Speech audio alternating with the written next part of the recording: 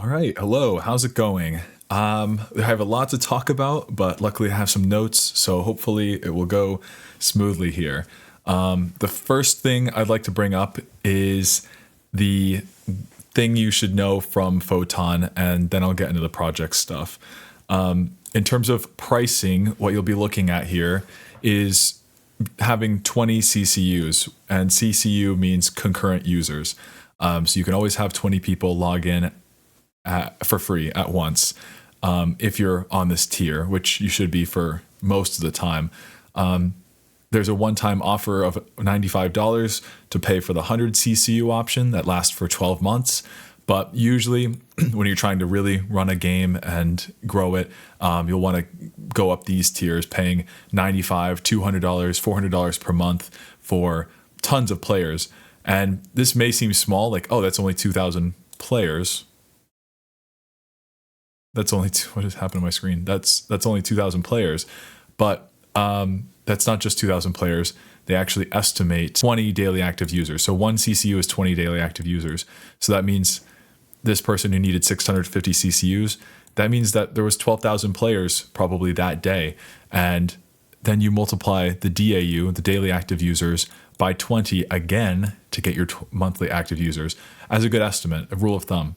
So that would mean 450 or 650 times 20, then times 20 again. That's how many 260,000 monthly active players is how much that 650 CCUs can support. So it seems like you're paying a lot, but you're not really for a lot of players. Potentially, you only need 100 CCUs. And then this is also the same pricing for voice. So the two packages from Photon that you'll be using are Pun 2 and Voice 2. Pun stands for Photon Unity Networking, and then Voice is just the voice package.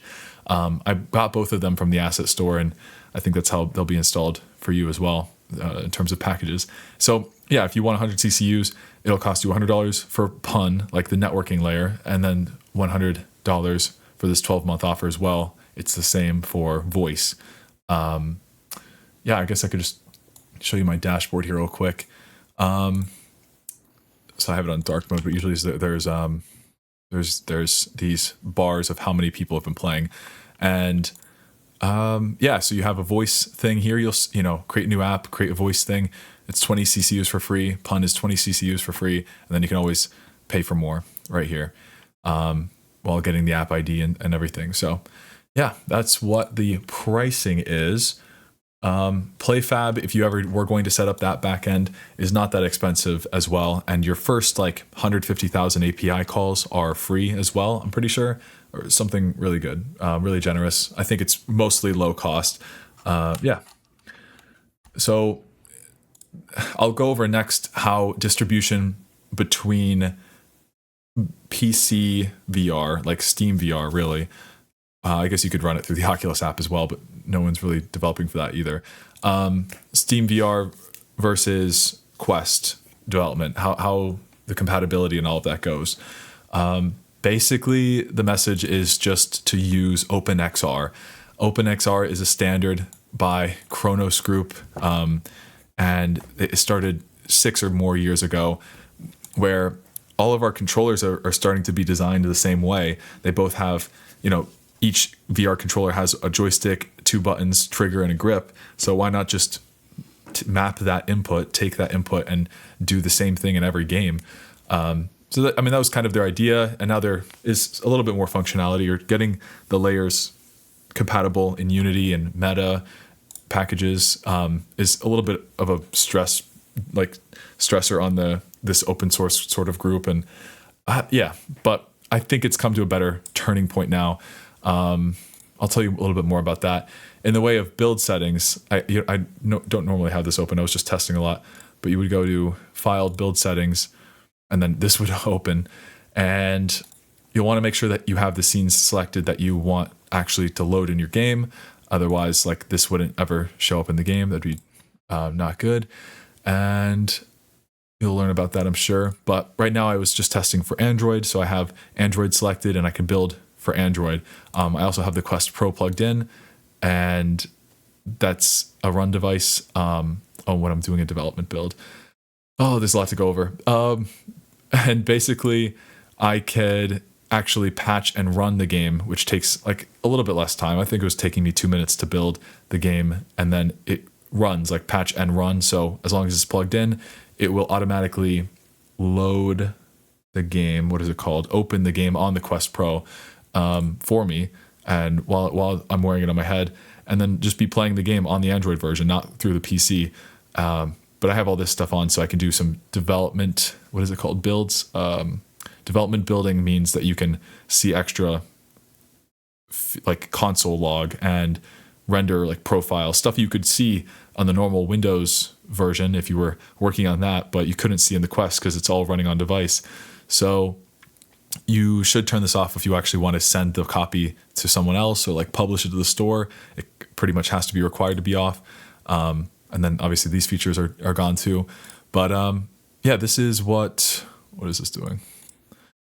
This is what having the development build on would get you, and the scripted debugging, I'm pretty sure. Android Logcat is what it's called, and it's actually one of the other packages that it's just part of the Unity store, Unity Package Manager. I don't know what to say.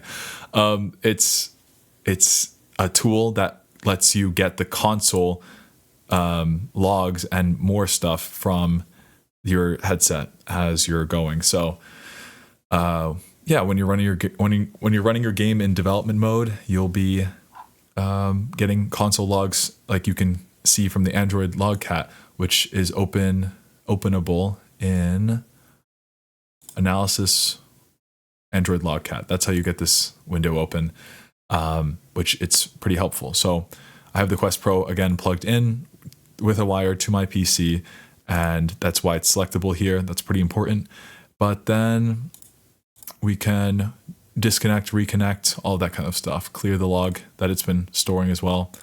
Yeah, that is helpful for maybe troubleshooting some issues if you're working on Quest builds. Otherwise, I'm usually developing in this mode because I prefer, I don't know, the performance or testing of the build, the Windows platform build. And so every time you'd want, like say I'd want to build for the Windows platform, and I was working with Android and building for Android before, I'd have to click switch platform, which takes like 5 or 10 minutes, and then for all the compiling of the Unity editor, and then you'll be good. You'll be in the Windows platform, and you can click build just fine. So I've got the project settings set up for that at least. Like it's really no big deal to switch back and forth. Yeah, but right now we're in Android. I guess I've talked to you about so much about the packages. I can probably help you try to make sense of them a little bit more. This is the package manager. I have it open in a weird spot as well, but you could just open it with Window Package Manager. That's how everyone opens it. So that tip is pretty important. But this is what the package manager looks like. I could just narrow in on it too. Oh no, let's not do that. It's got too many weird things going on. Let me clear that. So I've sorted it by just going like in project. So this is only going to show me in this list the packages that are in the project. Otherwise, we could go to Unity Registry, and these are all the things we could download. We can download this 2D sprite package or FBX exporter, which I guess I have in the scene, which is random. Lots of random stuff that's probably not even supported anymore, or like, I don't know, weird stuff. So don't worry about that as much. My assets kind of comes in handy when you're downloading free assets and like want to get them in the project. But I don't know, this is a pretty simple process. It's more important for me to tell you what's going on with the packages in this project that I'm sending you. So analytics is something I kind of tried to set up, didn't really work in terms of sending statistics to a dashboard. Android Logcat, this is a package. Like I said, it's free from Unity. AR Foundation's not necessary. Autodesk, Burst, these are just the ones you pretty much ignore. Let's see. Input system, Unity changed its input system from, I don't know, like an active one to an action-based one or something like that. Since this project was sort of created in like 2020. It's just had a long kind of history, so it's trying to support different input systems. I hope you don't run into that too much in the future. I'll try to remember to tell you more. Let's see. JetBrains Rider Editor. This is just a useful tool. Oh no, this is the integration because I use Rider as my IDE. All right, mathematics, it's required.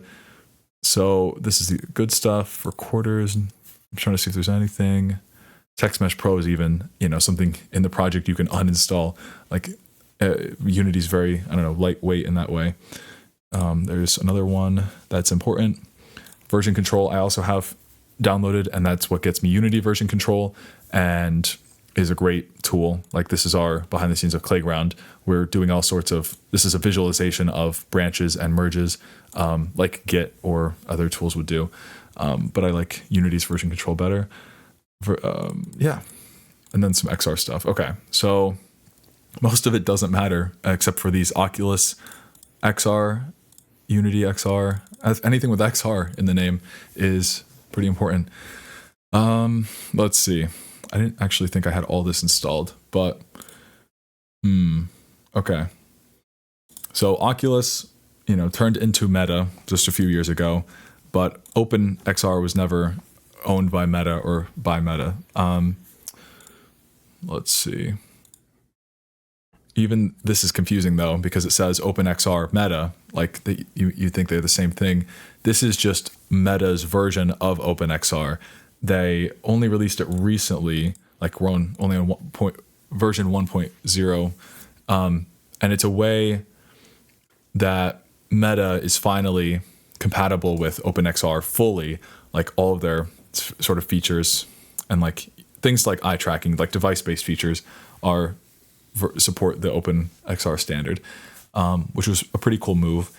And that means you're going to be using OpenXR for stuff officially, which is cool. You can build for any platform and focus on that.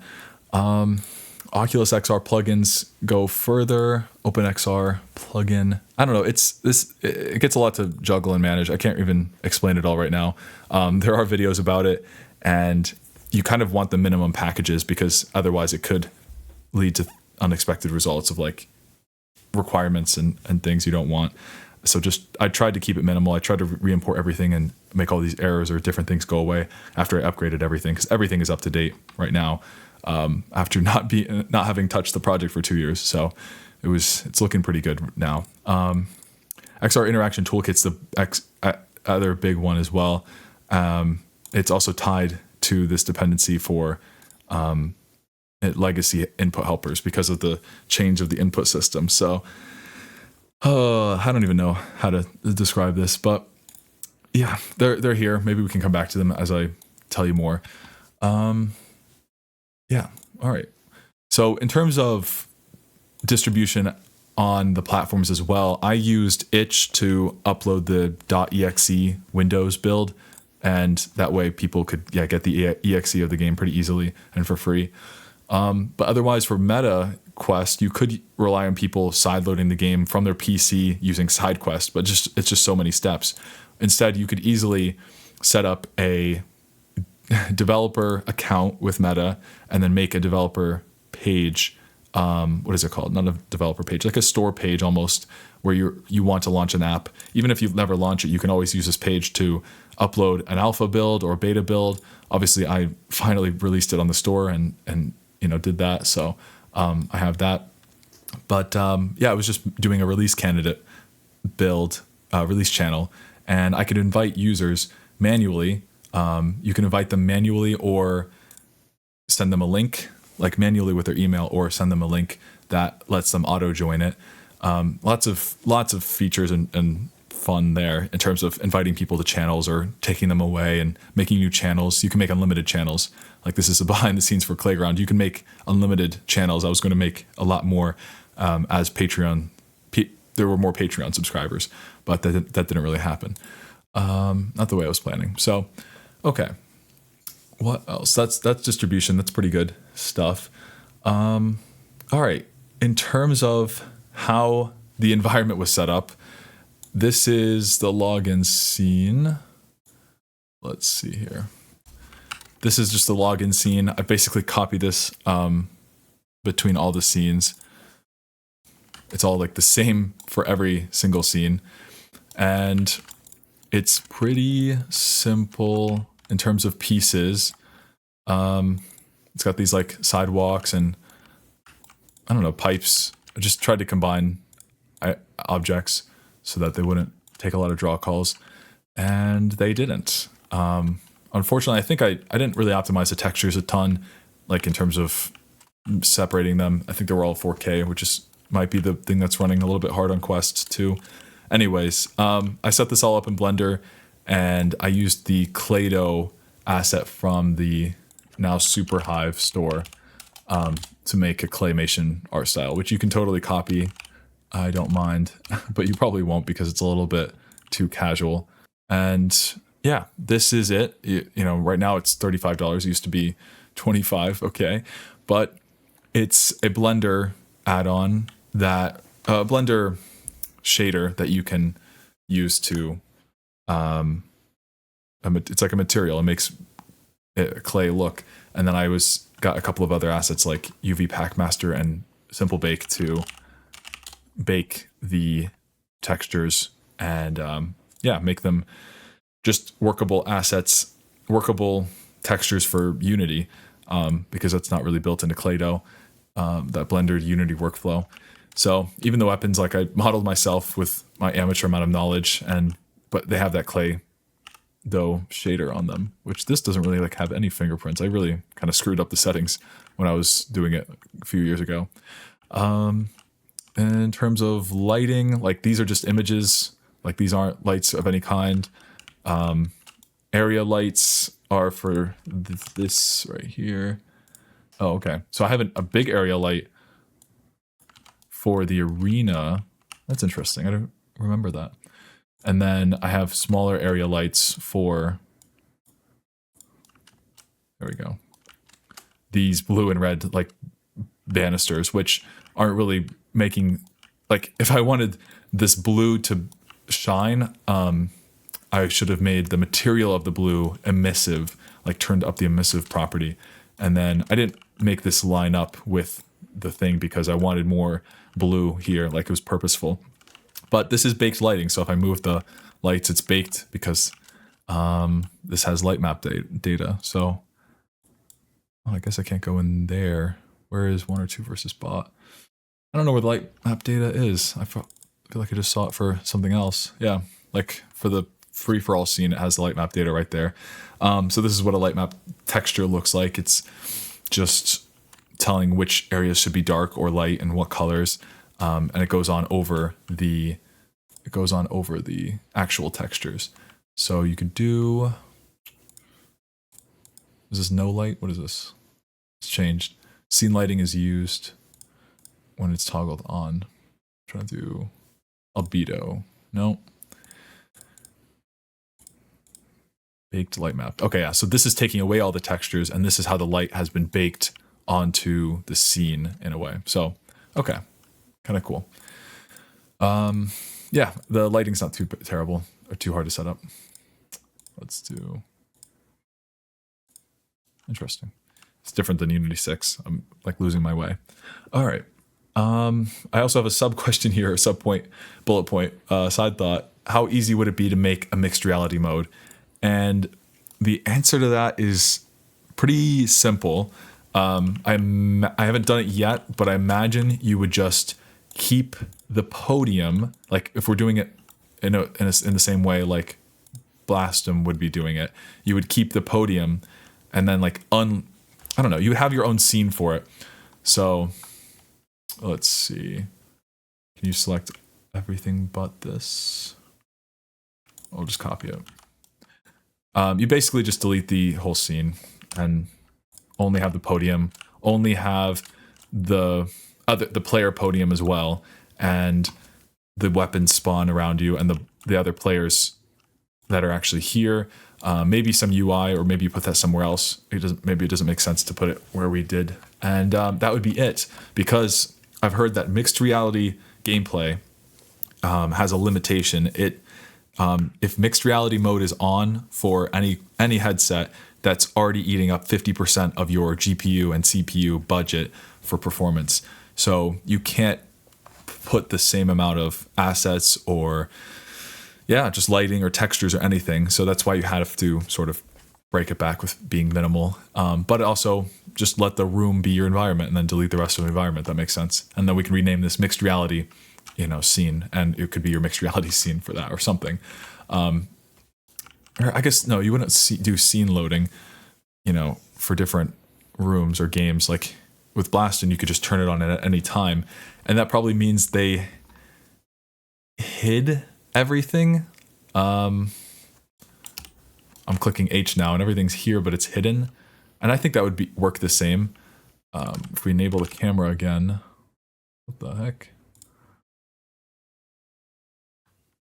All right, holding down Alt and clicking that it collapses everything on the inside better. So when I open it back up again, it opens it not uncollapsed. Oh, I spawned in the player rig. Okay. But if I had a camera in here, you would see that the camera isn't seeing the hidden things. Oh, okay. This is, I'm stupid. Huh. It's just hiding. Okay, yeah. Hidden in Unity is just hidden from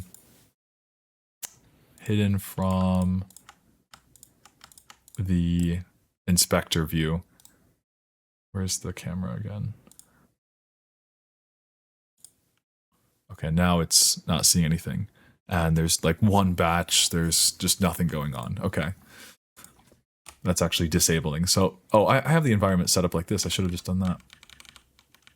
Control Z. I have the environment set up all as one object right now. So that's something you could do, is just put all the things you'd like to disable when mixed reality mode is turned on to be like that. Okay, I'm really diving in deep when I haven't even started talking about some things. It's crazy. Okay. Another quick question here is, how easy would it be to add locomotion to players in the game modes? And it's, I don't know, it's pretty easy. How did this change? All right, let's log in scene. Let me try to show you in a unique way. There's one other scene in here that I don't load into or use. It's called Game Center, and it's from the Ironhead Games asset. Oh, okay, they load in the rig too. Well, never mind. We have a home scene. Home scene has the rig already in there. I'll tell you more about why there's no rig in the scene and how it gets spawned in. But for now, it doesn't make sense. So right here, this is what I was looking for, is the player rig, and it has a character controller. I really don't know if this is set up or anything, but if I checked this on and then went into play mode, I think it would mean that as you use the left joystick, you could move around not WASD. You can slide around like a sliding, game. I don't know what to say. I guess there's also a teleportation provider. I don't know who that's from. I don't know if that's from Unity. Maybe this is from Unity. But I imagine if you push forward on the right joystick or something, then you can have a teleport arc and teleport around. It's just a matter of enabling components is the lesson here. The reason I have joystick snap turning on the right joystick is because of a component here called continuous turn provider. I'm pretty sure. I mean, this is the smooth, joystick turning. So it's all a matter of adding a component to the XR rig, which, just processes, make sure, you'd have to make sure these kinds of scripts or components are set up with the input system. It should be automatic. Like Unity should give you a bunch of examples on all of this stuff. It might not be the best feeling system. It's not going to be Blade and Sorcery quality of locomotion or teleport or turning, but it's going to get you started, and you can always find a package that does it better, like I did with HVR, Hurricane VR for Playground. That's the thing there. You can add all sorts of locomotion. You can even add locomotion. There was an example in the Unity sample that I don't know if I had back, but Demio style locomotion, where it's hand grab locomotion. Like you grab the world with two hands and you can pull yourself along, at least in their example. So yeah, there's different ways to go about it. Pretty easy to add locomotion if you wanted to any scene, to any, you can turn locomotion on and off in a single frame. It's pretty cool. All right, how do you why is this the next one? Now I get to tell you about what I remember in terms of the avatars and the player rig. It's not going to be perfect. Like, you're not going to get 100% of the knowledge from this video. You'll have to do some learning on your own. Like, I'd recommend watching some how to set up Unity games before Unity 6, maybe. I don't know. I've tried to set up a lot already for you and make sure everything was working, so that helps. But all right, let's see. Let me switch back to this scene that doesn't have a player rig, no XR rig here, and so it's because the player rig gets spawned in. Here we go. Okay, I was just blind for reading. So there's a spawn manager in every game scene that I have so far, and the spawn manager is responsible for instantiating this prefab. So this prefab contains the following things, and I mean, this prefab like will get added to the scene just like that. It doesn't have the player model, but you'll see in a second why. And let's go from the top, I guess. This is the parent right here, because everything's childed to it. It has to be, I guess it doesn't have to be like that. I'm trying to tell you things and there's so much to tell you. Generic VR player. All right, we have a photon view, which is required for syncing the transform. No, okay. The photon view is the equivalent of a network object, I think, for what I'm working for. So it's a component that syncs values, like it. Let's see here. So adding this component to a game object makes that game object a synced game object. It puts it on the simulation loop. It lets other scripts in any child or any other component there, it lets them sync their values, whatever they want to sync, whether it's bools or dictionaries or locations like transform and rotation. That's what you need a photon view for. So it's the starter component. It's not the end all be all. Okay. Player network setup. So basically we have a sub prefab that is the avatar itself. That way the avatar is separate so that we can sync it. So a disclaimer before we go into the rest of the stuff and you get to see all of my code and setup is that I made this as my first introduction into multiplayer games, and I made some mistakes, no critical errors, but just I didn't understand things and I just barely got it to work, and only now am I realizing that, and I can't even fix everything because it would, I don't know, I should just rebuild the project at this point, but I'm not going to do that. I'm going to send it over to you for learning, and you'll be rebuilding like the scenes and the player. So I guess for now, this makes it easy to swap the avatar, not only for cosmetic customizations, but also for just, deleting these Rec Room-like players, which are probably licensed to me under Ironhead Games as sample, what is it called? Sample from their course that I bought like 5 years ago. So you could just, replace any part of this and it'll show up differently.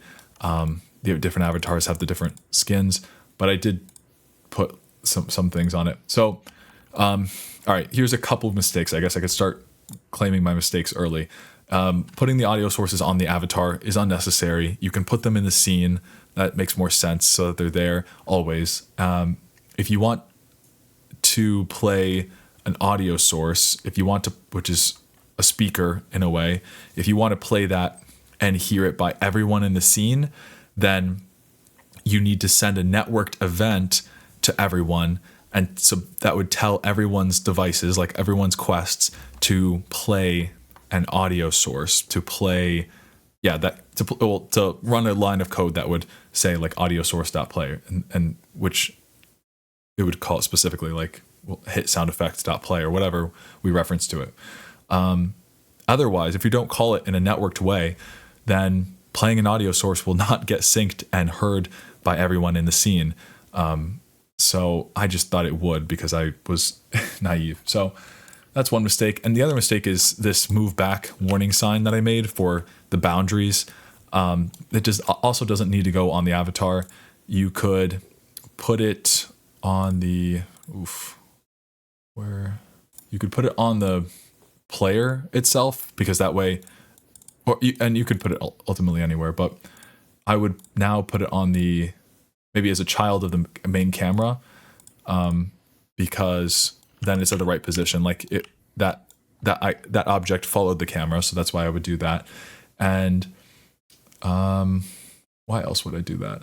I just don't even know why it's on the other thing. Like the avatar is just for display, and it also explains a problem that I was having for a while, why I was seeing other people's like move back warning screens on my end, which we don't see that like when another player gets close to the border, to the edge of the platform in Blaston. So I was wondering why that was turning on for them, and I realized it's because it's on the avatar.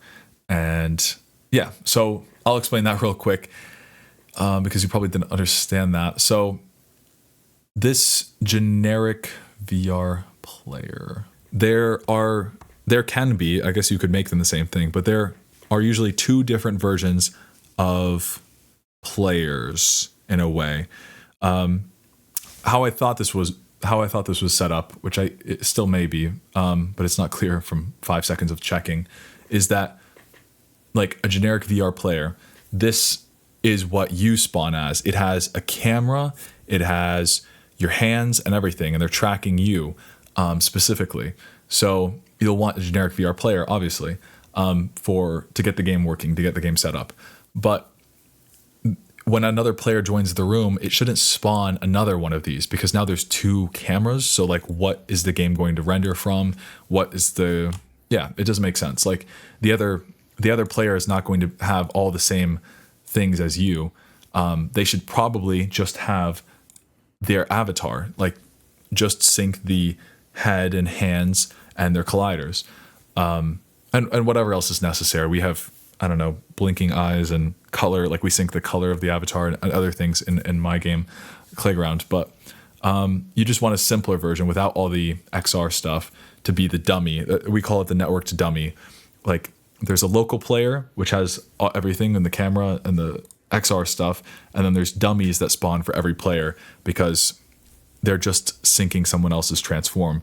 So yeah, I don't know how much you're going to get or understand from that, but hopefully you understand that if there was 4 players in this room, and in Unity is just another an instance of the game. It wouldn't see anything special exactly. It would just be the way that it runs on Quest. So say there were 4 players in this room, which I guess this is the bot room, so it doesn't make sense. But anyways, 2 players and 2 players still. You would have 1 generic player, and then ideally you would have 3 avatars, and they're not popping up because all that's not really populated right now. But we're not in play mode. But this is how it would look ideally to have 4 players in the scene. You just have these avatars that have their networked hands and heads representing the other players, and then you would have yourself, reading all the logic of the controllers and the camera and all of that. And this setup would be on everyone's devices. Say player 1 is here, player 2 would be over here, player 3, and then player 4. Like on player 1 here, it would look like this. On player 2 here, it would look like this, or maybe this. Like player 1 would technically be the avatar, and now player 2 here would be the person with the controller. Like this is the local rig, and it's got a lot more stuff because it has to do all the stuff locally. All right, hopefully that's a good explanation. But going on here, we have player network setup. There's, this is how we load in the avatars. there's so much code. You could just have GPT explain it at this point. Missing game object. I mean, we have a avatar selector. Maybe we used to have one more avatar or something, and I don't anymore. So what is going on? Voice debug. Oh, that's where that is. Okay, perfect. Yep, I just updated a voice package, and that it didn't include some old script. So now that's that. Okay. All right. Yeah, it just spawns a different avatar depending on what you have selected as your avatar. So you can change avatars at runtime. It's pretty simple. But we also have the player name tag text, and this is what gets updated with what we either you could either read it from Meta or read it from Steam, and those are kind of complex. So maybe have the players just type in their own username, and you can set up your own filters in the future for names. But I don't know, that's a whole deal. Spend a little bit of time on. Yeah, like to get the username, to get the Meta username, the app has to be installed officially through MetaQuest Developer Hub here. This app, I mean, this is an app, but it's also really a website you would log into to make this store page, by the way. I didn't mention that. So it'd have to be installed officially. It'd have to like do a callback, basically, that would get verify that you're on the platform of Meta, do like an authentication call, which is very simple, like one line. But that is a requirement to like be an officially downloaded app, like not sideloaded app. And then you would do like a line of code or something to fetch the username. It takes a little while, I guess, to find what that line of code should be or something. I don't know. Okay. Trying to be helpful. All right. In terms of so this is multiplayer, avatar, and this is multiplayer synchronization. Okay. So this script is responsible for updating the player's hand and head and body positions and rotations over the network, and like smoothing them because it's moving towards and rotating towards. Okay. That's interesting. Yeah, with other versions of like Fusion and things, they already have interpolation built in to their network transforms. So I guess without this, it would look a bit stuttery, but this is the way to get it looking pretty good for now. Streaming send next. There's no way it's this complex in Pun 2, but I guess it always, or might have been. I don't know what I did for the guns. I thought you could just add a component.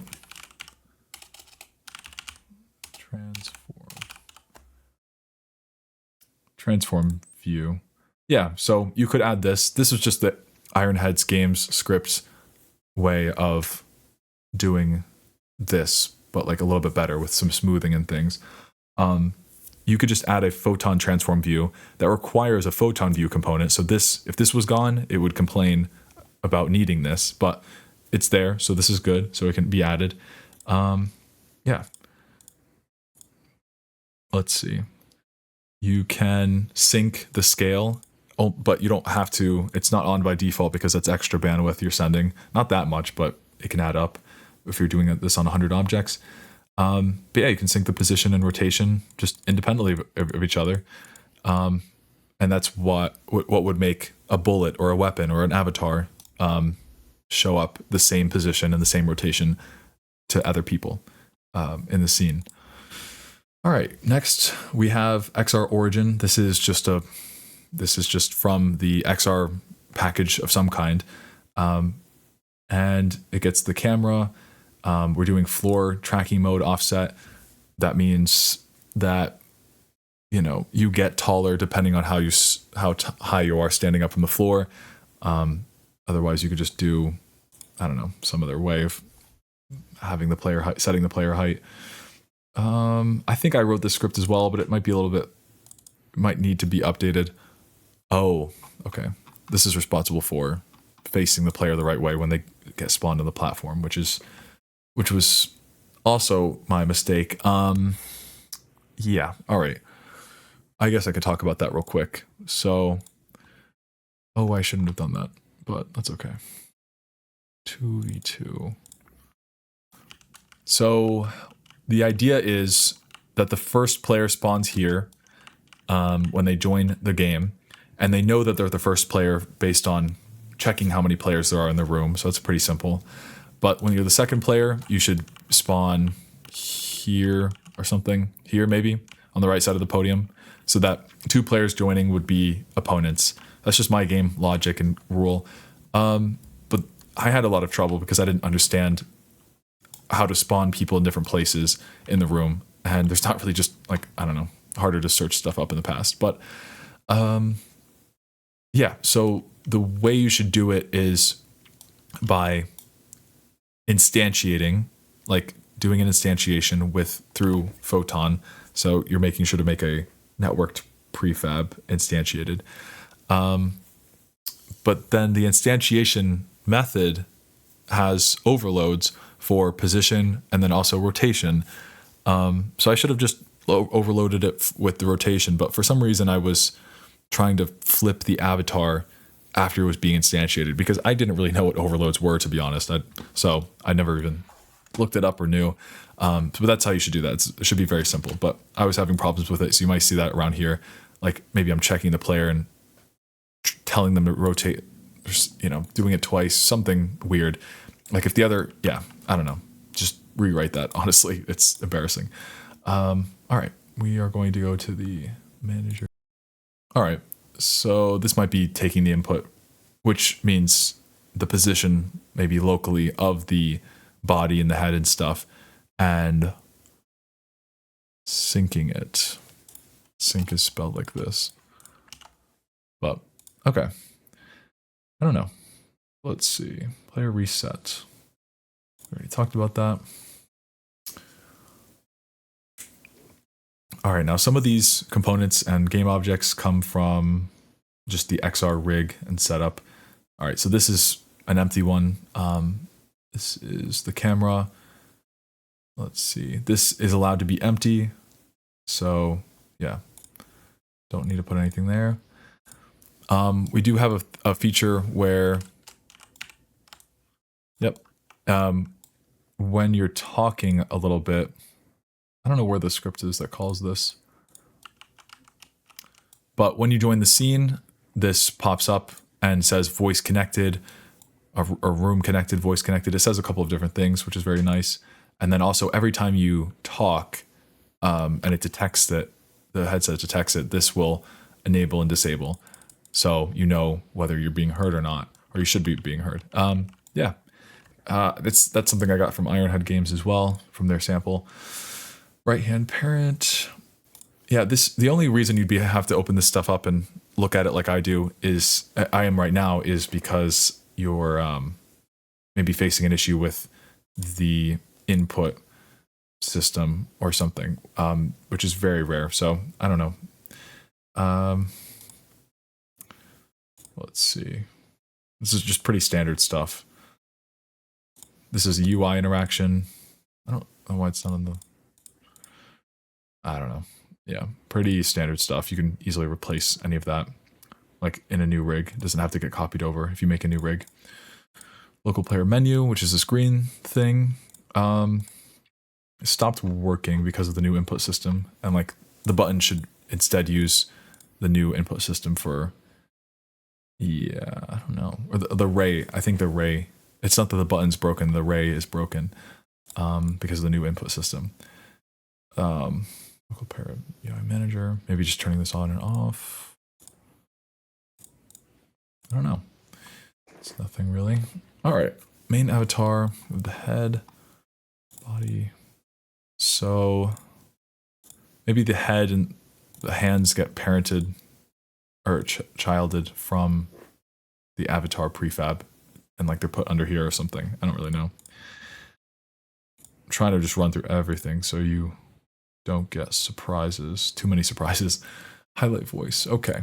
Oh, so that's what this is, the script that calls this to turn on and off, like I was talking about. Avatar UI. Yeah, highlight voice. So it just does some voice detection. This stuff mic enabled.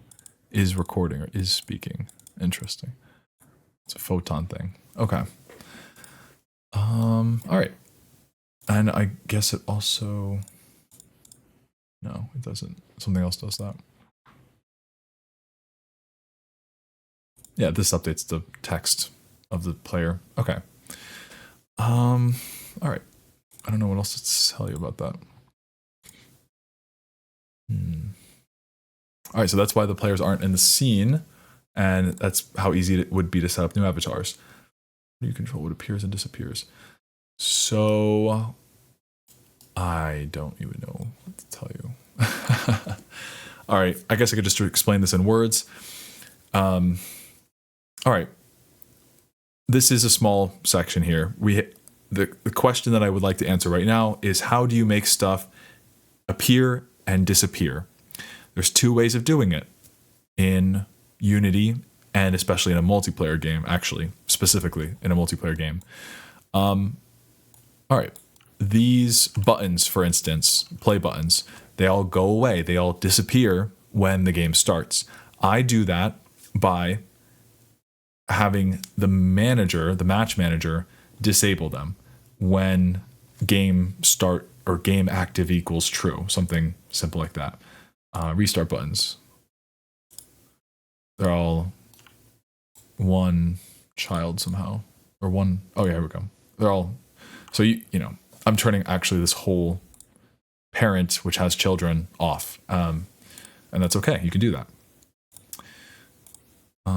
I'll show you the script specifically, and hopefully you're learning some tips of how I navigate around the Unity when I need to investigate things. So this is called disconnect restart buttons in the script. Yep, this is what it is. This is the first time. I will apologize for this script being so long. It's just my everything manager.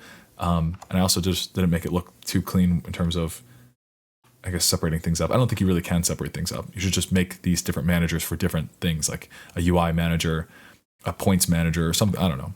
I didn't get that far in my learning. So I set this, to false if the game was already started when you join on Awake, like when you first join the scene. Whenever this RPC to start the game was called, and it's also set to false, they're just set active false. That's the first way to disable an object. Pun RPC, this little thing, like if I deleted it, that's huge of a difference. So this thing means that it could be called, like this method can be called from another player. I mean, you should just read the Photon documentation, but I guess it's not called from, it's probably called from something on the button itself. Restart buttons, here we go. So yeah, this is how I'm calling the RPC that you just saw, which is a method. An RPC is just a remote procedure call. It's a networked method, meaning that you can call it from, unlike a normal method, which this is not a normal method. This is start. It gets called by Unity, but this is a normal method. Like I can't call this method on your device because it doesn't have pun RPC. I can call this method on your device because it has pun RPC. And I would do that by referencing the Photon view, which is not the script. It's, this Photon view. And like I was explaining on the avatar, this Photon view is a component that makes this game object or anything in and under this game object a networked game object. It gives it networked abilities. So like the match manager gives it a networked ability. So you basically get the component of the Photon view, and then you could RPC the Photon view. I guess I think that's how it works. It's must be very similar. You would, where is it again? Yeah, MMPV, which is a weird simple name I called the match manager, or the match manager's Photon view specifically. It's type Photon view. and I .rpc it. And that's Photon's official RPC, remote procedure call. I'm calling the restart function specifically, which is in the match manager specifically. And then I'm targeting all clients, all players. You could just target like the host, which is the first player in the scene, or could be switched. Yeah, there's always a host in the scene that controls things. It could be targeted to just them, but we're doing all. I don't even know why you probably would be doing just the manager, ideally, or the host, master client. They call them host master client. That's right. Yeah. And then I'm passing an overload to it as well. All right, and I have a little bit of a weird separation of logic here. The restart buttons call the method restart, which is this, which needs upon RPC, of course, passes the overload string, the color, that we picked, which I type into the buttons manually. So this is pink for pink side, and that is the color feature is just so you can say pink team really wants to play again, like the text here. By the way, flare text is what I called it. Okay, but what I do is I call restart through an RPC, and then I don't know, calculate some things, set the flare text, and then at the bottom I say start game. So let's see. That does the thing of disabling the buttons, disconnect restart buttons. So that set active false is what just turns them off. It's the equivalent of doing this. Set active false. This is the whether it's active or not toggle. So you could set it active to true as well. So this is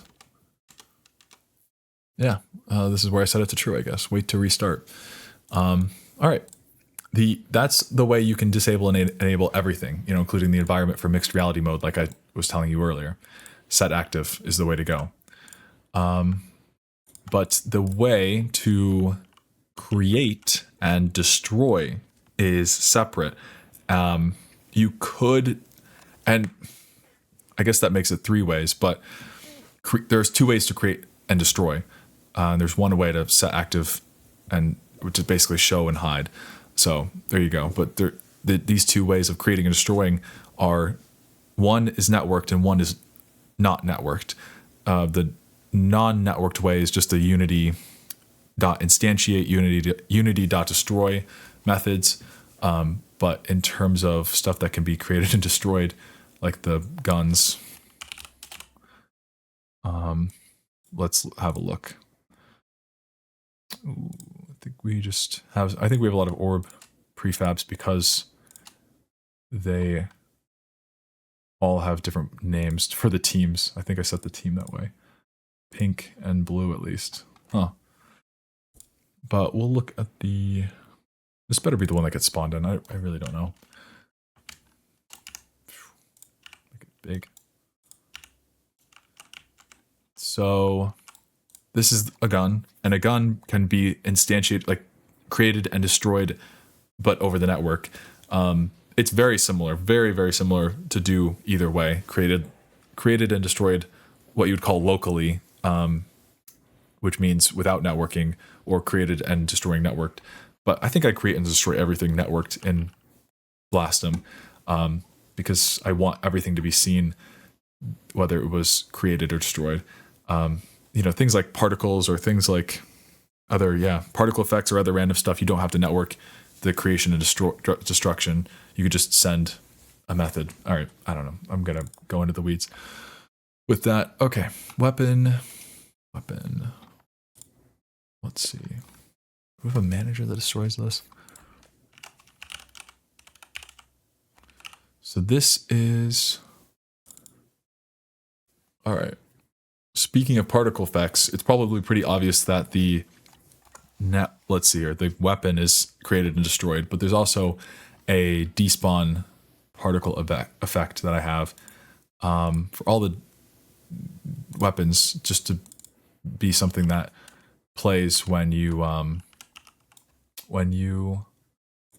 break the weapon, and it's actually 3 particle effects at once, or 1 sound effect and then 2 particle effects. And yeah, funnily enough, okay. So I'll use this as an illustration on how to create things over the network and destroy things over the network. Which, yeah, if you create something that's networked, it has to be destroyed the same way. So it has to be destroyed like in the networked way. This is how to create this despawn effect when the weapon is destroyed. We just get to the point of the logic that this weapon was destroyed, probably because the health of the weapon was less than 0. Let's see here. Or maybe this happens a few different places, which is not great programming on my part. But yeah, I mean, this is like, if it hit another player, you're going to destroy the weapon. If it, what was that? If take damage. Oh, if you destroyed another weapon, I think, with your weapon, like it didn't die through that collision, then you would, I don't know. I don't really remember. I'm not going to read it all exactly right now. Weapon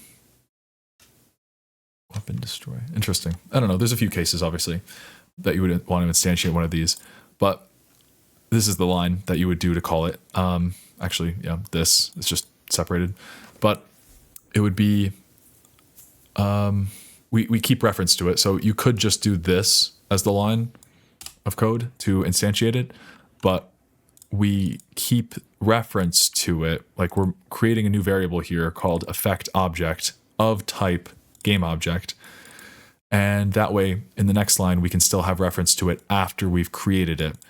Because once it's created, it's out there as a game object in the hierarchy.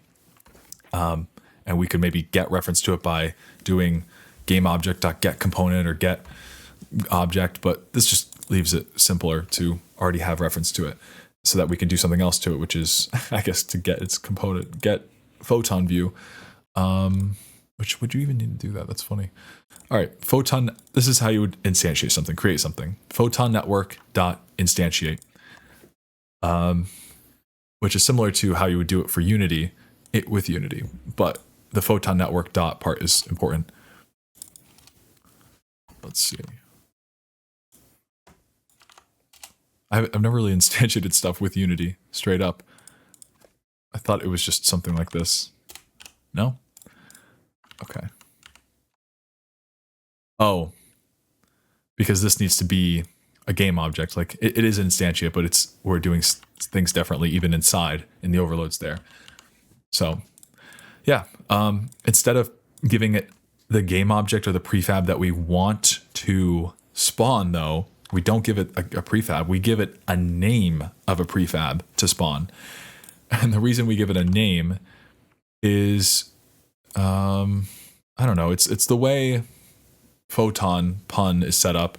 So it's not a bad way, but basically it takes the name, it goes into the resources folder. This is a very important, whatever folder you have to call like resources. And this is where this folder, which I put everything in here, but it contains everything that can be spawned. So weapon despawn effect particle or prefab dot name, it would just get the name of the game object, but weapon despawn like this. So it would really doesn't like me. So there's one with no sound particle effect. That's funny. So it would just find it by name, and then it would spawn it that way from this folder. It only spawns from the resources folder, just to, I guess, keep things seamless. What is it called? Separated, whatever the word is for that. All right. And then you can spawn it at a position, at a rotation that you set. So in this case, it's the same position the weapon is in, and in the same rotation that the weapon is in. This game object. This is a weapon script, runs on the weapon. Instantiate. So it also has overloads for group and object. I've never really used these. So yeah, that's how to create something. Now, since the weapon is destroying itself is like about to destroy itself. Yep, here we go. I create a coroutine that's going to go down and do the destroy part of this. I wanted the particle effect to be responsible for destroying itself because the weapon's not going to be around any longer. Like usually, if the thing that creates usually, yeah. Wait, all right, jeez. I have to explain. Yeah, maybe I should just do that right now. You'll get to learn about how to destroy things very shortly. But in terms of networking, things that have a photon view can only have one owner. It's not showing here exactly, but this is ownership transfer because if someone else wants to own something, they'd have to transfer it. All right. Right now, this is fixed. There can never be a new owner. It can only be the one that created the object. That's how that works. Otherwise, you could set this to takeover or request, and then if those were set to those, then you would write code to request state authority or take over state authority. Like you would write a line of code that says object.take state authority or object.request state authority or whatever the verbiage is, whatever the call is. Okay. The reason any game object, any photon view object can only have one owner is because one person has to be responsible for updating its values. Two people can't update the values. It'd be like, who is the authority? Who is the truth? Who is the person that should be responsible for moving it, for setting values, like if a bool is on or off about something being enabled. I don't know. So only one owner, and you can know the owner. I think during runtime, maybe it says who the owner is here or something. Otherwise, you can always just get it through code of like, who's your owner. It'll give you a player that the owner is. It's not that, not too tough. Anyways, the owner is the only person that can destroy the game object. So how I would have set this up if I was setting this up again, this destroy particle effect, is that instead of the weapon, which say I had this weapon and the weapon destroyed in my hand, I'm player 1 and maybe you're player 2, then like creating a new network, basically network prefab or object, means that I would own this prefab that we're creating in the scene. I would own it. So it'd get added to the scene. It would play where my weapon got destroyed. Boom, right there. And then it would keep existing. I mean, this is just a particle effect that doesn't repeat and just looks like it went away, but it's actually still here as a game object. But anyways, I'm player 1, my weapon broke right here, and I would own this photon view. So I would have to be responsible for deleting it. Anyways, like, it's my weapon that destroyed. The weapon doesn't own it. The weapon can't be an owner itself. Anyways, yeah. Misconceptions I had. So, all right, creates it. Anything else I need to say about ownership? All right. So how I would do this again, though, is instead of the weapon code instantiating it, I would maybe send, it wouldn't need to be an RPC, but call maybe a local spawn manager of some kind. Local meaning it's just doesn't have network code because it's unnecessary for this feature. It would be local because it wouldn't be running multiplayer things. But I guess to do photon network.instantiate, it would need to have this in its code. Like it couldn't be mono behavior. It'd have to be mono behavior pun callbacks so that you could .instantiate. So I guess it would be local, but it would have that network code to it. All right. I would not RPC it, but I would call a method on that local manager I would create to instantiate this weapon, this particle effect, and then a second or two later delete the thing it created. That would be the better way of doing it. But I did it a weird way where I instantiated this particle effect, which I know I'm in the wrong spot, and then I basically said to destroy the gun, destroy this weapon, And so that is a method that works on destroying itself, which is also kind of weird. I should have a manager to, destroy these things. So, or you should have this as a manager that destroys things that want to get destroyed, like weapons that are no longer needed, like whether the game's over or not, all this stuff. You should just go through all the network objects and destroy them, whatever way. There's, maybe a way to add them to the list or search them through the scene and destroy them at the appropriate time. And yeah, all right. That's laying down the line a little bit. All right. But for now, I have it set up where this just weapon despawn effect just destroys itself after a certain amount of time. An IEnumerator means that it can be delayed in time. So we yield return new wait for seconds, deletion delay, which I've set to 1.5 seconds.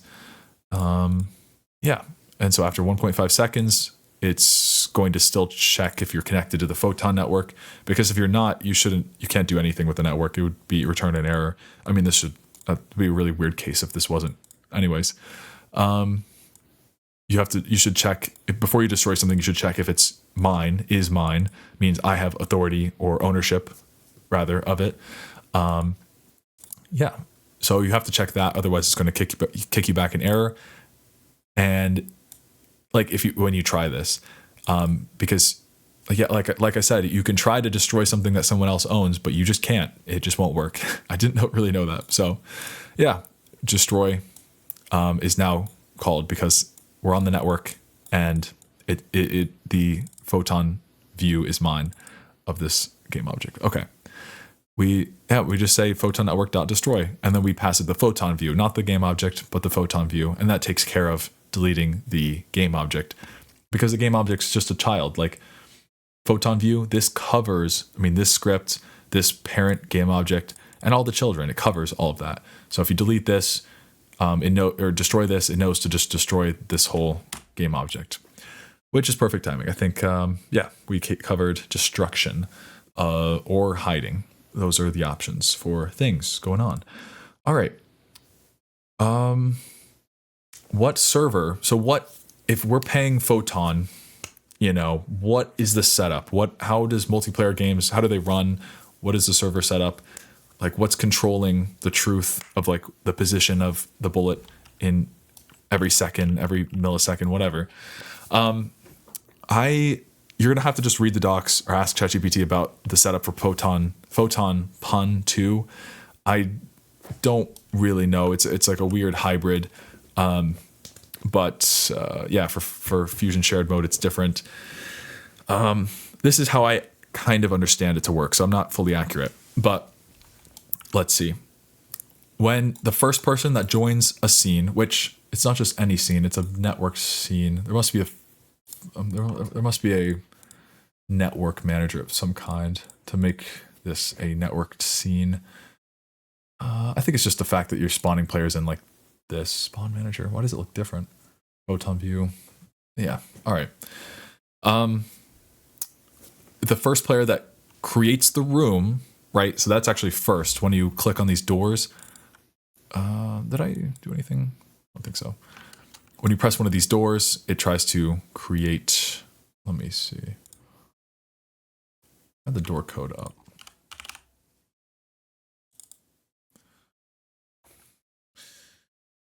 This is kind of getting into it a little bit deeper than I was going to try to answer it simply first.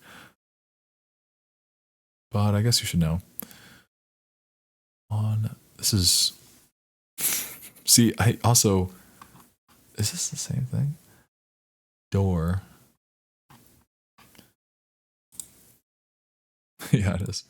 So, unfortunately, I think I'm using the same script for the doors in that other scene and the doors right here. Where is it at? Door, come on.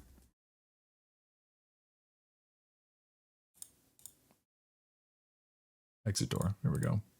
Yeah, it's the same script. It kind of makes sense because this door does a very similar thing to the doors in this one. This one joins not just a scene, but it joins a multiplayer, room, not a lobby, room. And the other one just leaves the lobby and goes back to a kind of matchmaking state, like it's just a general lobby code, I'm pretty sure. Maybe it's not, I forgot. All right. Update. So destination not equals home. Where is the join? What if it's not an exit door? Yeah, I don't know. I'm reading the scripts for the first time in a while. Room manager controller. Yeah, so this is it. Okay. Pass the room number. So each of these have a room number typed in manually because I was just trying to get it done. Let's see, right here. Yeah, so this is number 11. I just typed that in. All right. So room manager controller, we are passing the room number we want to join and then max number of players, which is also kind of here, but I set it. Yeah, it's 2. Room manager controller. Oh, it's not called that. It's called room manager. Join lobby, on join room. All right, I mean, this is all the behind the scenes stuff. This might be too deep to get to in the beginning, but basically,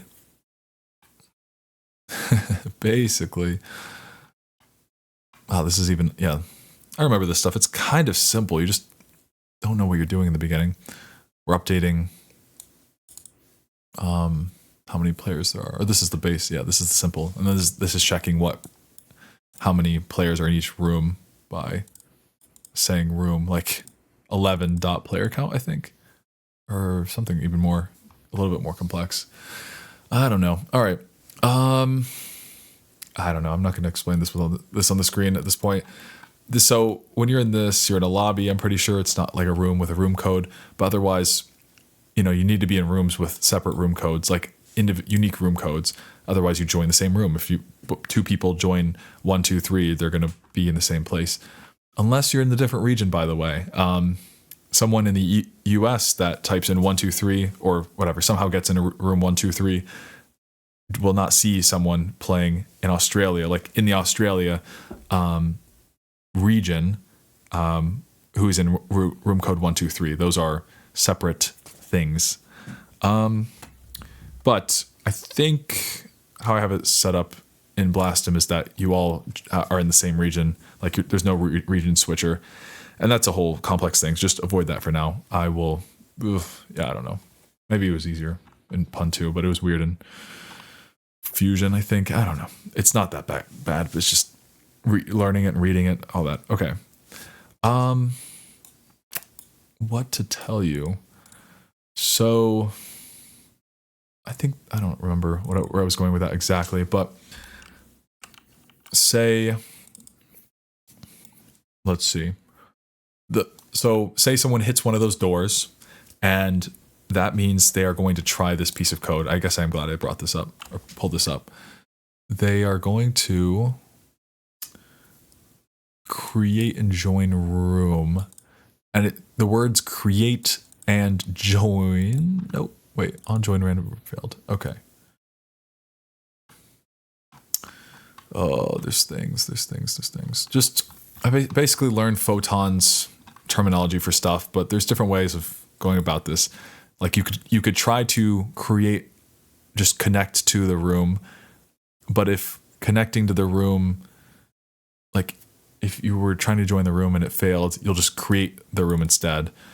You know, yeah. So say you're the first player, like to hit the room button. What is it called? The door that says, this is free for all, number 31. So if you're the first person in the 31 room, then it doesn't exist yet. Like the room 31 isn't online. It isn't active on the servers from Photon. So it has to be created. So you can kind of just handle that. If it hasn't existed yet, then it needs to be created. What you would just do, it would just be really, really simple. You're not creating the scene or anything. You're just creating like a manager or making sure the room code is number 31. You'd be the first one to put that in. As I'm in room 31 and it's open now. It's an active server. Something's being synced here. All right. Anyways, so you're the first person in. That means you are the host or whatever they called it earlier. It's like first person in the scene. Yeah, almost like the Zoom host in a way. Like they kind of get a little bit more privileges in what they can change and what they can do. So that leads to hacking and things like you have to control. I don't know. There's so many conversations, I guess, but that's related to hacking. By the way, you are creating the room code for the networking, but there's a separate thing of loading the scene, like loading the level. So we're doing it here like as photon.load level and doing this. And I think that means instead of changing scenes, you're actually, changing the scene around you. So you could have, I think, Blaston does this, I think. I guess maybe not. But say you had like a button here, you could, like two buttons, like one that leads you, I don't know. That's stupid. I'm trying to give you a good example. So say you had a button here that says switch game mode to 3v3. When you press it, it'd actually be kind of simple.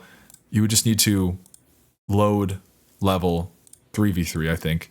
I think that's all you basically need to do.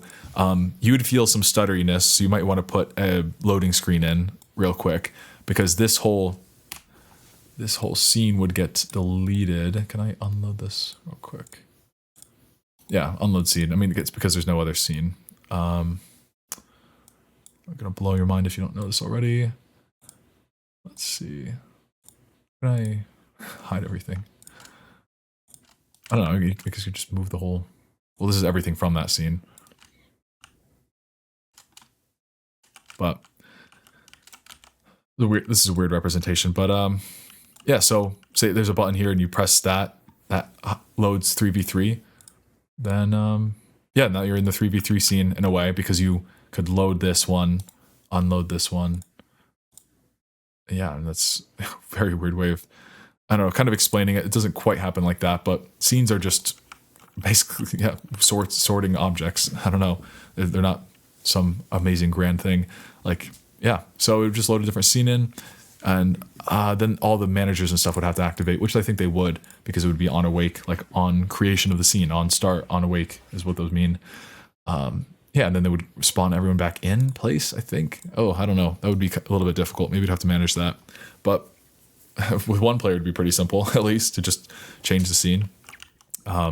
You could... So for that, I don't even know if you're understanding what I'm picking up here, but if you wanted to change scenes and you needed to pass data between scenes, between like loading and unloading, you could just create an object that has the tag or something on it that says do not destroy unload. So it would be a scene, it would be outside of the scene. It would have like a do not destroy unload scene of its own. And when this scene gets unloaded, the data and like all the scripts and stuff would just stay the same. They wouldn't reload or do anything. They would just carry over to the next scene because they would also, it would still be do not destroy unload. And this would now be the 3v3 jumbo. Like it would be a different scene. So that's how you can maybe, I'm thinking of that idea for you because it would save everyone's positions. Like you'd probably want to save everyone's positions of where they spawned in. I think that would get like reshuffled or something weird if you just loaded a new scene like that. But you'd want to save their positions in a manager of some kind that would be do not destroy unload. And then, refer to that do not destroy unload when you load the next scene. I don't know. So it takes a little bit of work, but it's all very, very possible. What was I going to say about that? So weird random stuff. Okay, that's like loading scenes and stuff. All right. But who's in control? What is Photon? What am I paying for in terms of servers for Photon? You're paying for a server, yes. And when you open Blastum, or when you open the game, it will, we have code that does this, like it connects you to their server. And once you're connected to the server, you can be receiving data. You count as a CCU, you count as a concurrent user, so you'd be one of 20 for the free plan. You could be, you're already doing things even if you aren't seeing any of the other players or syncing data yet. What we use it for when you actually kind of join the server in this scene, and then get to this scene, is that now that you're on the server, like you're connected, you can then pull, like you can then get the number of people in the rooms. And that's all we do right now, but you could do like way more stuff. More back-end stuff would be for PlayFab, like a completely different service. But that's what we do for now, even though there's no other people in the scene, which you could totally make this a social hub, and you can totally delete the login scene. I don't have a login scene. This is just like a, whatever it's called, sample from the Ironhead Games asset, which every scene's in the Ironhead Games folder. I didn't move it. That's okay. All right. So, yeah, and then obviously when you join a game, okay, it's not obvious to you. I forgot. You have to be connected to the server, and you have to, and then you're using Photon's server to sync the information. So the first player in the scene is called the host or the manager, or I forget what they're called. State authority is, I don't know. But other players in the scene are called clients, I'm pretty sure, referred to as clients. And I think this is how Pun2 hosts or syncs their data. Is the first player, it's a host mode. So the first player in the scene, the host, is the source of truth, what the game state relies on, what the game state runs on, and everyone else gets updated based on them. It might be like that, or it might be even more peer-to-peer, which might not make a lot of sense to you, or I don't know. It's hard to explain. So let me see here. Ideally, if it was just host mode, if I fired a gun, then so this is why I don't think it's host mode, because when I fire a gun, and I'm doing .instantiate on my own end, like that's not really host mode. Host, that's more peer-to-peer. Like I'm able to kind of influence things or change some things about network stuff, like the network simulation rather. It would be host mode if I wanted to fire a gun, I send my input to the host. I send trigger down to the host. That's it. Trigger down. And then as soon as the host gets it, which is just a player, the host is just a player, the host gets, player 3, maybe because I'm over here, like player 3 did trigger down with, like, it'll also be your left, maybe your left hand has a gun and that has the trigger down. Like the same hand has a trigger down state that the gun is in. So, all right, that input got sent over and received, and now the host will be responsible for doing the instantiation of the bullet. Even though it's my bullet over here, like the host is responsible for making the bullet and then updating its position every frame. And the host will be responsible for everything. Where the clients are just sending in the input to the host. So that way the host, collisions are all done on the same player. Like it's all done like a single player game, and then everyone else is just seeing the results. And they can influence it by sending in their input. But I don't know if this helps. But that's what a host only kind of game, not a game, but technology, or it's called topology would be. But that's not quite what Pun2 is, I think. It's more, it's a cross between peer-to-peer and host. Like, yeah, only the host is controlling what room you're seeing, like this load scene stuff, and it's controlling like how many players can be in the room, like just by a number. There's like a room, there's like a scriptable object that has that information on it. I don't know. So hopefully that helps. It's a cross between them. Please just watch the watch the videos and read the documentation about it. Hopefully get a better sense of it. I should have done more of that. All right, but that's the server you're okay. So if it is peer to peer, why are we not just like connecting to each other's Wi-Fi networks and sending each other the data? That is not the case. Like when we join a room, we're all connected to like the server of Photon from Photon, and specifically in a room called maybe room 13. Okay.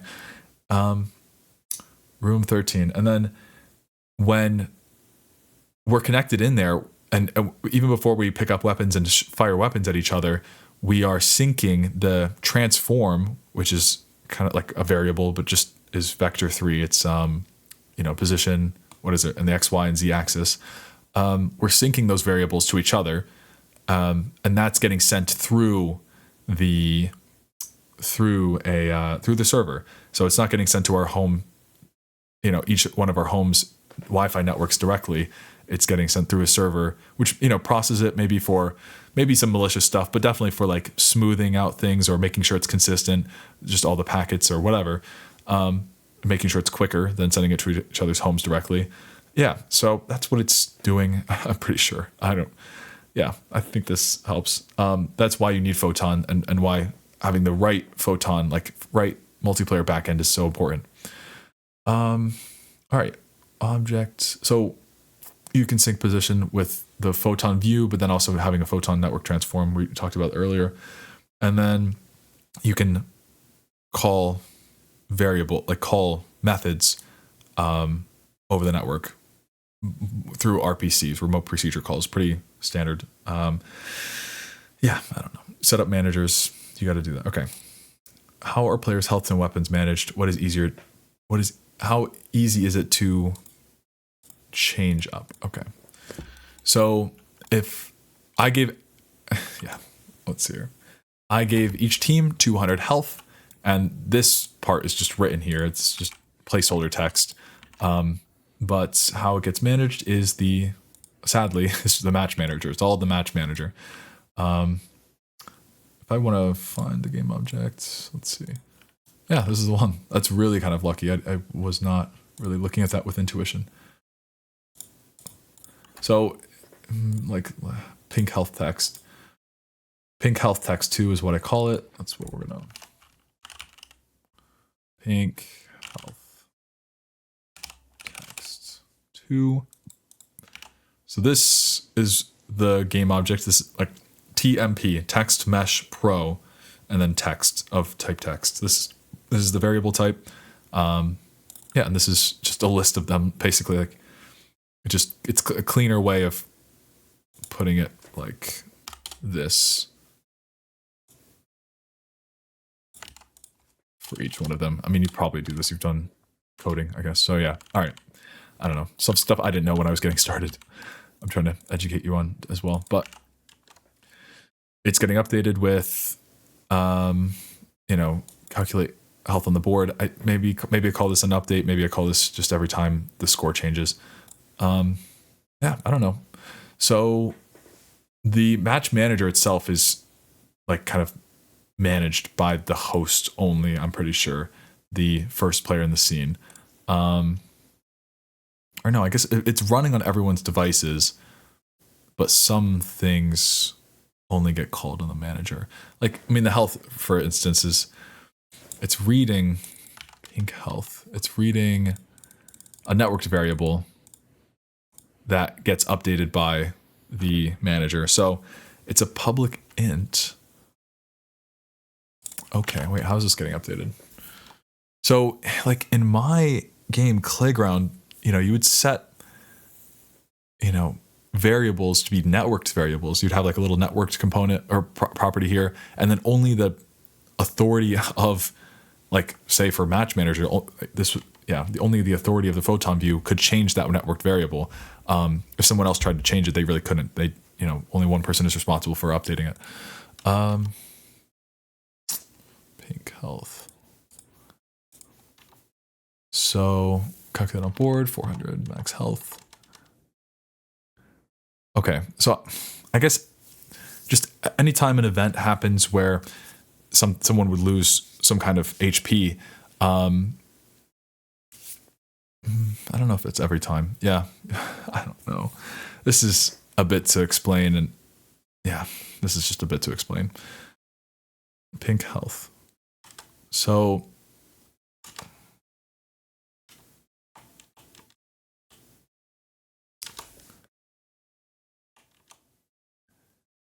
that's interesting. I'm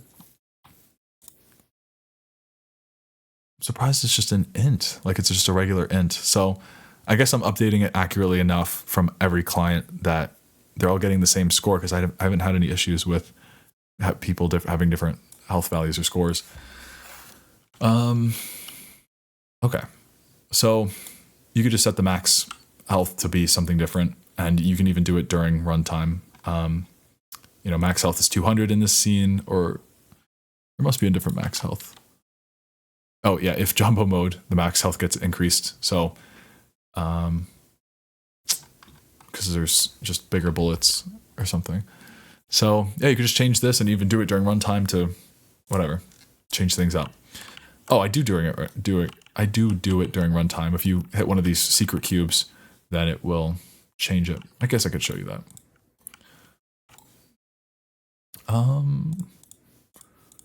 Collider. Where? Okay, secrets. It must be. Wow, I am rusty. I mean, the idea is that you stick your hand through the floor a little bit to touch the collider, and then this. Why does this not trigger? That's weird.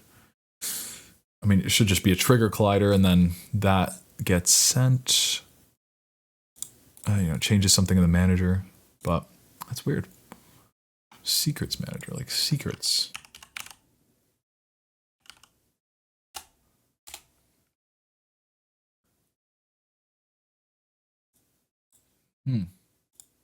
That's weird. But there's one that changes it during runtime. It's pretty easy. Yeah, you can just imagine you can just change any int and bool and any variable during runtime and sync that to everyone else pretty quickly. All right. So here's a question that you'll probably be wondering is I've set up 2v2, but each team is on one platform together and they share the same health. How easy would it be to set up a 2 versus 2 game mode, but each player has their own health this time? So I've done a similar thing with Free For All, and you could already kind of just play this and like be on your own team, but maybe you want these together more. And yeah, the sad thing is you can't just move, this and all the spawn points, which are so separated. Like you should just redo a lot of these systems yourself. Now that GPT can help you, and yeah, you will be smarter than I was getting started. But say unfortunately you can't quite move these just together like this because of some weird things I set up with my script just to get this working. Like when a weapon spawns, okay, the weapon spawning was a little bit complex. So this is the problem, or this is why I did it this way. Because weapons need to spawn, but then they need to stay somewhere, and something shouldn't spawn over it. So I had problems with that for a while. I'm sure just even thinking about it for 5 seconds with GPT would give you a better kind of idea. But how I got it working for my game was that, which these have a little symbol because I switched it here. Like you can, it's not actually a mesh or anything. What is it?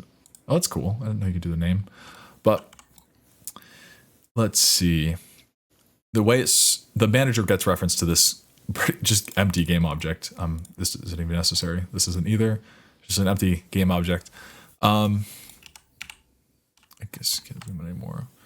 But if there's 6 points, 6 spawn points, and you could actually move these and the weapon would just spawn here. But when the manager wants to spawn, let's say a sniper in this spawn slot, it will, instantiate it like we talked about earlier with Photon that worked out instantiate or whatever it was.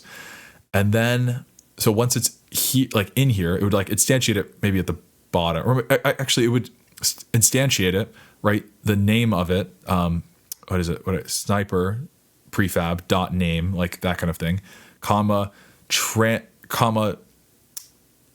green weapon spawn, like a reference to this game object, green weapon spawn 2 dot transform dot position. So the exact transform of this game object, and then rotation, I think, to this as well. set it to, yeah, face down on purpose so that the sniper would, you just get this rotation and spawn in. And I'm seeing this, by the way, I clicked X and that switches between global and local. And that's important for, like, if you want to, whatever. It's just a tip. You'll find out all the tips for Unity later. But, all right. So it spawns at this exact position, but what's to stop another weapon from spawning later? I mean, you should just set up a manager that keeps track of all the weapons that have been spawned and just, maybe a list of bools that says, hey, slot 2 is full, don't spawn anything else there. But what I did was a more, hard way. What I did is after I spawned that weapon at the same position, it would just appear as another game object here. Spawning it in, instantiating it, even with Photon, would just do this. But it would have the same transform and rotation. Oh, yeah, but not the scale. Wait. Why is it small? That's weird. Whatever. I didn't mean the scale. Maybe. Oh yeah, maybe it's 6 in this. 7. Yeah. I don't know why. Just some Blender thing. Okay. So it'd spawn it like this. This is all that instantiate would do. I also made it a child. Like I added another line or two of code that made it a child, and it doesn't really change much. I mean, once you pick it up, the sniper actually becomes a child of your hand, which there's no players in the scene, but it would become a child of your hand to be moved around. But since it's a child of this, then the manager is actually checking, hey, does yellow weapon spawn yellow? Wait, green. Green weapon spawn 2. Does green weapon spawn 2 have a child? Like, that's a thing you can check. And if it's, yeah, that's the thing. So that would be difficult. You'd have to also make a manager that would detect whether the weapon's been picked up. And like maybe, you could have an event where when you grab a weapon out of a slot, it sends out a call. Yeah, that is complex. I did set it up in a nice way. Maybe you want to keep it.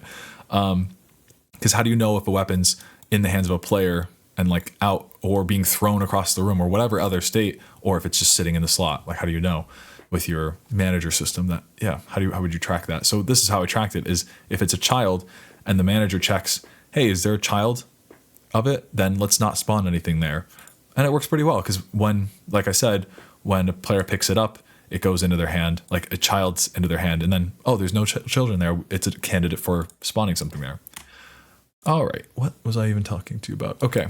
Oh, but I also do a weird thing where when you spawn a weapon, then the way it knows the team that it's on for collision, like so that a pink weapon can collide with a green weapon and do damage to each other, and that a green weapon and a green weapon can't collide and do damage to each other. I get their team automatically by looking at the position. Like, I know that green weapons will always spawn in this area or greater, and that orange weapons will always spawn in this area or greater. It was actually simpler, in these regular game mode scenes. So what is this? Positive. Yeah, Z. So anything greater than 0 on the Z axis would be blue team. Blue team's weapons. Anything that spawned on that side would be a blue team weapon. So you'd have to change that real quick, like just set the string of the weapon, and it'd be a network string. I didn't really know how to do that, or like that I should be doing that. So that would be the only other change I think you'd have to make besides moving these together. And then, well, yeah, I mean, you'd have to add to the manager and stuff because these are all separate teams. So you'd want to make it, well, they would be separate teams. This would be like player 1 and player 2 of blue team, player 1 and 2 of pink team, maybe. And yeah, it wouldn't be that crazy, honestly, to make all sorts of different game modes. You could I mean, you can add crazy stuff. Like I was even talking about locomotion earlier. You can maybe even like have locomotion always on if you want to make bigger platforms where players could use a joystick to slide a little bit. But also, even have a weapon that while they're holding it, they can jump, like with the A button, or it would turn on locomotion. Like I showed you, it was just a game component. You just turn it on and off. Let's see here. So that's how easy it is to set up new game modes, honestly. How easy is it to set up new types of weapons that spawn different kinds of bullets? I mean, ideally, you're a good programmer and just set up a weapon class. I think I did that eventually. Yeah, weapon script here. I guess I did that. Okay, I'm kind of good then. Sniper, let's see. So it has a shoot point, which is at the end of it, and every weapon would, have this at a different spot. But this is where the bullet appears. It has a rotation point. I don't know what that's for exactly. Oh, I don't know, for maybe spawning it. This gets assigned a reference on awake or on start or something. Like once it's spawned into the scene, it will search, like this script will search for the manager, and it would like find it like that. But you can't just do that because this could spawn in any one of the scenes, and so you can't do that. Okay. And it should have a gunshot sound. I don't know why there's pistol shooting, and it should have an empty gun sound so that when people know that they can't be firing it anymore, even if I did put like a display of ammo count too. But sniper, let's see here. I typed in the what type of weapon it was, probably for some if conditional checks. My color, which gets filled in automatically because I don't know, but you can fill it in maybe. So I think you could take this and run with it. Ammo display count obviously goes down or updates depending on how much ammo is left. Not in the editor, of course, I'd have to be in play mode. Delay time, this is the delay time between shots that you can fire. Throw damage, set that to all the balancing values. Blastin, did a better job, like shields, or the Aegis shield is like 4 or something. I don't know why it's decimals, that's funny. Throw damage, probably to the player. I think it's just 1. Collision damage. Oh, that's what was 4 for the Aegis shield, yeah. Collision damage, all that stuff. So weapon particle effect spawner is the same, but I'm surprised. Oh, it's probably sniper. Let's see. Yeah, you don't need reference to the type of bullet you want to spawn because we don't even need reference to it. Like we just send it a name to spawn to instantiate. So if you want to set up a new bullet type, if you want to keep the game working, first of all, don't change the names of anything in the resources folder because that's how they all get spawned. But yeah, if you want to set up a new bullet even for the sniper, then you can just set it up as the same name. And yeah, that's pretty simple then. I have it as pink, blue, green, and yellow for each different type of bullet because I didn't understand something. What you should be doing, like you need to set the color, the team of the bullet, the team that the bullet is on, but I just did it in the prefab itself. Like I spawned a bullet, which has all the same stuff set up except for let me show you, the color, or maybe check the name because it's in the name, which is just crazy. Like, sorry for the confusion in advance. Bullet name. Yeah, I think it's getting its own name and then seeing what color it was that way because it can only be 4 colors. So what I would do in the future is, instantiate it, just a normal sniper bullet, no matter what team you're on. So yeah, also take out these checks. So you basically delete all this code and just keep this. And then I would get the component kind of like this.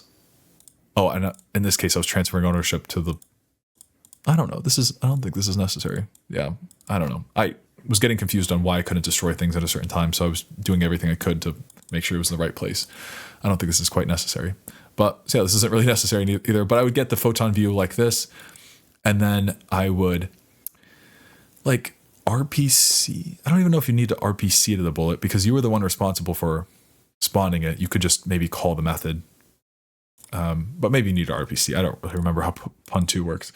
quite. But RPC to the bullet, like do whatever PV dot RPC, and then call the method on the bullet that sets the color. Yeah. All right. Basically, that's how you can change the weapons pretty easily. The manager is obviously responsible for spawning the different types of weapons, and I've changed it up. With these secrets. One of the secrets is shotguns only, so it'll only spawn shotguns. Here's all the weapons you can spawn. I guess you could just even add your own weapon in and whatever, drag it in, all that stuff. Okay, let's keep moving on. What are the limits on the numbers of bullets and effects spawned, like in terms of performance? For a weird, I learned this in way of a weird bug that was happening where nothing was getting destroyed. But I learned that 500 or 512 maybe specifically is the limit of photon objects. What is it called? Photon views that can be in one scene before I think the room crashes. So yeah, so like a photon pun room can only handle up to 512 photon views happening in the scene. So if all the players are, there's one for the manager. Let's see. Maybe there might be a couple more for other managers that you want to make in the future. So let's say 5 or 10 already for the managers. And then when the players spawn in, I think they have one for their rig or their avatar. I think it's just one as a parent for them. So 4 players, it'd be like 14, up to 14 photon views there. You don't have to add photon views to every child object, luckily, because it can just sync those variables. It's all under one umbrella. But every single object like that gets spawned in has to have a photon view. So yeah, if they all had full weapon slots, photon view, there it is. If they all had full weapon slots, which is 6 times 4, so 24, that's 24 photon views. You're already up to 38, right? It's 38, 34. I'm doing something wrong. No, 38 photon views in the scene. And then, yeah, each bullet has a photon view as well. So that leaves you with up to 400 bullets, or, my particle effects are for the guns being destroyed. Those are networked views as well. So yeah, that's about how many bullets you can have in a scene, I guess. It's like 400-ish, which is good. I don't know. Just hit that limit, you'll be fine. What are the limits on making the initial room a social setting with things to do? You don't have to break people out to play their own games and stuff like this. I just didn't know what I was doing when I set up this home scene. Otherwise, I probably would have set it up as a social lobby where so the idea would be that there could still be a login screen so that you can set your username maybe. But once you click connect, type connect, then this basically what takes you to a new room. Instead of taking you to a private room like this, on the back end, you're not seeing anything right now. Instead of taking you to a private room, it could do create or join. That I think that's what Photon calls it, create or join. And basically, and create or join for this scene specifically, like a home scene. So you could join. If you're the first one there, then you'd create a random room code like 1004 or something, and be in the home scene alone until someone else tries to create or join, like they finish the login. And then instead of creating a new one, like 1155, they would find yours because it's a public instance. So they would join 1004 with you, and that's a social setting. Then you can talk to each other. I have voice chat enabled, and that would be super cool. And then you could even have these same doors set up. These are stupid though, you wouldn't have it, but I could have had these doors set up, and you could have both hit the door at the same time and gone reliably to the same room, because this isn't matchmaking, this isn't creating or joining a room, this is actually the room code. I thought it was a novel idea at least. But yeah, you could do that.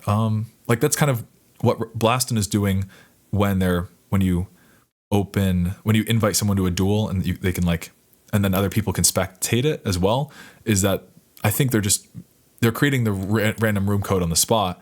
Maybe say it's 1500, and that orb that you can like spectate or accept the duel for is everyone's in that scene knows that it's 1500. So when they click it, like they just their game knows to go to room 1500. Yeah, and they go to it and they can watch the game. Let's see here. That also relates me to, spectators. Why? Well, okay. Why didn't I allow spectators, and why doesn't Blaston allow spectators like to have bodies? I didn't allow spectators because my placement system would have broken. I just would have broken. I just didn't find out how to do that. But it's pretty simple. Like I said, you can have up to 500 network objects, and generally this game is pretty light already, I think. I mean, once you take away the clay graphics, like all these normal maps kind of, I think, are hurting the game's performance. But you could have players in the scene watching a game, sure, like, and have bodies and even voice chat. You can have all that on, or you can turn it off per player. I just didn't know how to make a manager that could do all that yet. I was barely just getting by with having a manager that placed players in the right spots for playing. But they could even join the room as a spectator, and that could be like an on-purpose thing.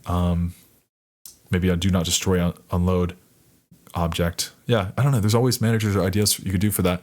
And then you could even give the players locomotion, and they can walk around or even pick up toys and like do stuff over here if they wanted to. You just couldn't add too many things to do, because then you could fill up your limitation, both in performance and network performance. But yeah, maybe a couple things to do. It could be fun. They could totally do that. I think the reason Blaston didn't do that was because they want to run on Quest 2, which is pretty low-end hardware, and they want to make sure it's as stable as possible. There's no latency, so like that could add some latency if there's other players goofing off. And they were focused on they wouldn't have a place to place them in the scene. Like my game already has kind of a natural place that I would just stand and watch, but Blaston would have to build in player stands. And Blaston like added a lot of guns that had a lot of effects and things that were networked, so they may have already been kind of hitting their limit. They were making the game with Pun 2 as well. Fusion 2 is probably way higher in terms of, I don't know, player counts and syncing things. You could do a 200 player battle royale with Pun 2 or Fusion 2. So, all right.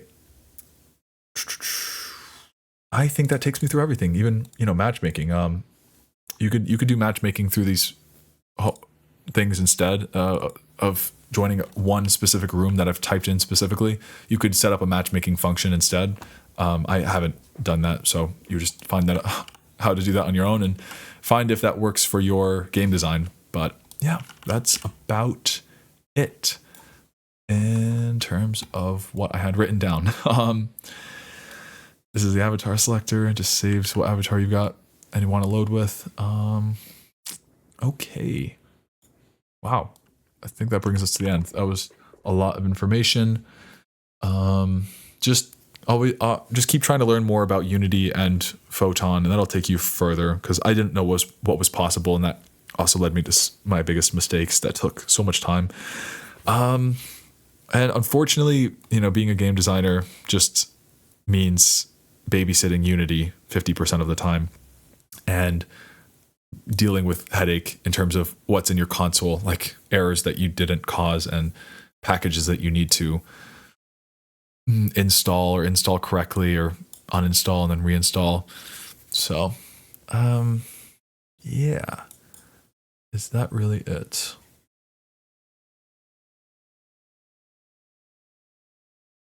Okay. Well, yeah, good luck with everything. I'll think of more things in the future, I'm sure. I'm interested to see how this goes.